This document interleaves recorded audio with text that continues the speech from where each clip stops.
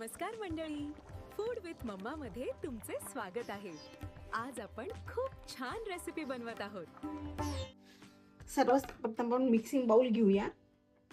तर त्यामध्ये आपण आता दही घालून घेऊया।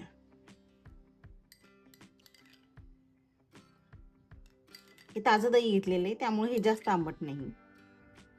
पावसाळ्यामध्ये स्पेशली जरा ताजंच दही वापरायचं। आता लगेच त्यामध्ये मी साधारण अर्धा चम्मच साखर घालत आहे। आता हे छान आपण मिक्स करून घ्यायचं आहे, म्हणजे साखर छान विरघळेल आणि आपली चाट मस्तपैकी आंबट गोड चटपटीत लागेल। आता यात मी बारीक चिरलेला कांदा घालतीये, बारीक चिरलेली काकडी,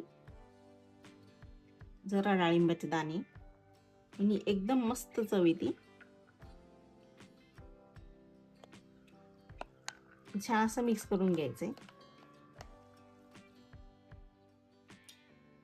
आता यामध्ये आपण घालूया भाजलेले मखाने,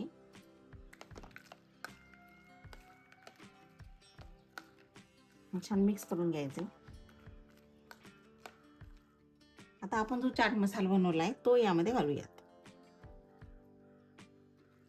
आहा, मस्तच बघा किती छान मस्त टेम्पटिंग दिसतीये। एकदम कमी साहित्यात होते, झटपट बनते आणि पावसाळ्यात असं बाहेरून काही वेगळं साहित्य आणायची गरज नाही आपल्याला। आता यामध्ये जरा भाजलेले शेंगदाणे घालतीये, साधारण एक मोठा चम्मच घेतलेली मी शेंगदाणे। तेही याने मस्त असं क्रंच ऍड होतो आपल्या भेळमध्ये। आहा, मस्तच बघू शकता किती छान चमचमीत दिसतीये। चला आता पटकन आपण याची छान प्लेटिंग करून घेऊया। तर सुरुवातीला आपण त्यामध्ये चटपट होण्यासाठी जरा लिंबाचा रस घालूया, म्हणजे एकदम छान अशी चव लागेल, आंबट गोड जरा तिखट।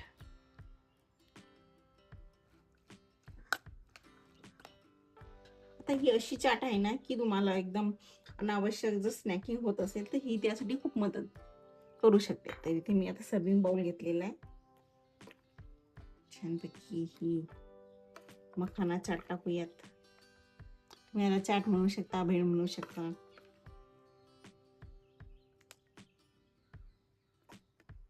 आता वरून जरा डाळिंबाचे दाणे घालून घेऊया आपण,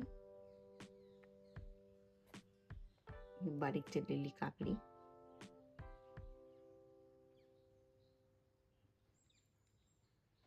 जरा शेंगदाणे घालून घेऊया। मस्त दिसायला एकदम मस्त दिसते, बघूनच असं खायची इच्छा होते माणसाला। वरून जरा चाट मसाला टाकूयात।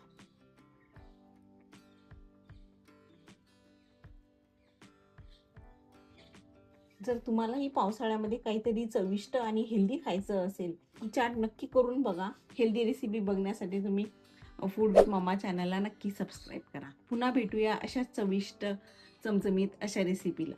थँक्यू।